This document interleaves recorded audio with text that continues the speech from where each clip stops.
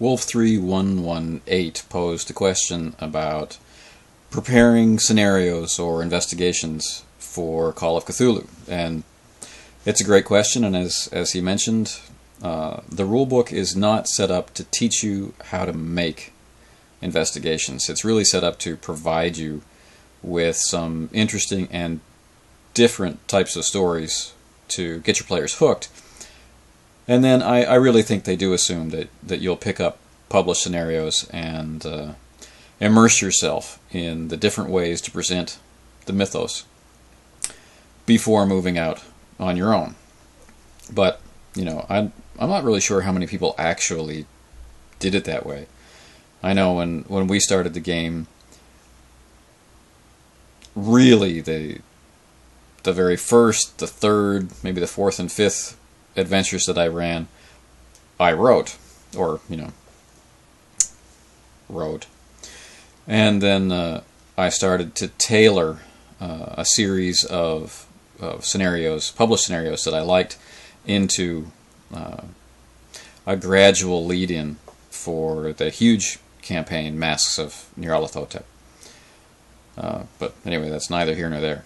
Writing these scenarios, if, as the question states, this is your first game, or if you're coming in from another genre altogether, can definitely be challenging. And a lot of good advice was already posted, and I think pretty much the only thing I could add, or the only things I could add to that, would be to check out a book called Stealing Cthulhu by Graham Walmsley, which, with other contributing authors, but he's the primary author.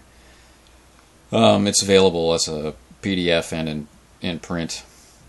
That book talks about specifically using published stories and published scenarios as templates, and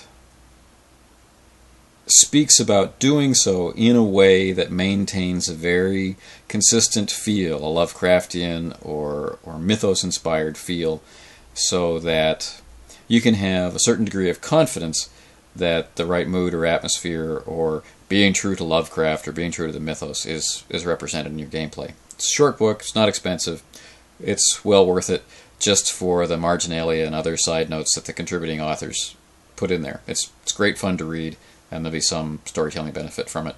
Anyway, the other suggestion I'd have to make is that there is more than one way to plot out a story. And when I was first starting with Call of Cthulhu, I didn't notice for a while, but what I was doing was plotting event-based scenarios. This thing happens, then this thing happens, then this thing happens, involve timelines and whatnot. And as we began running Call of Cthulhu more and more, what my own hesitation about having formulaic stories, or stories that might start to seem too similar in structure or tone, drove me into something which I had been doing in all my other gaming, which was, I guess we could say, personality-based events. So rather than, you know, grand event happens in a location at time, it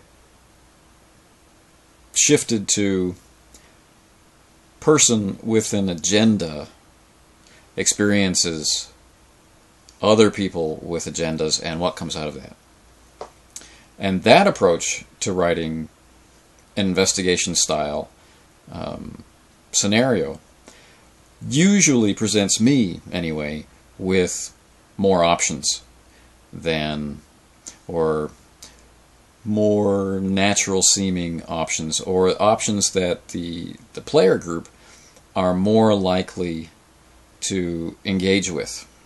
It doesn't feel like they're moving from pre-planned scene to pre-planned scene as much, because what they're really doing is reacting to what the NPCs or the elements of those NPCs, like newspaper reports or diaries or rumors or hearsay or things like that, bring across their path. So as they're investigating and uncovering information about what the NPCs, the other people in your world, are doing, they can very easily conclude or guess or intuit what might be important to check out next. I hope this helps in some way. It's an excellent question,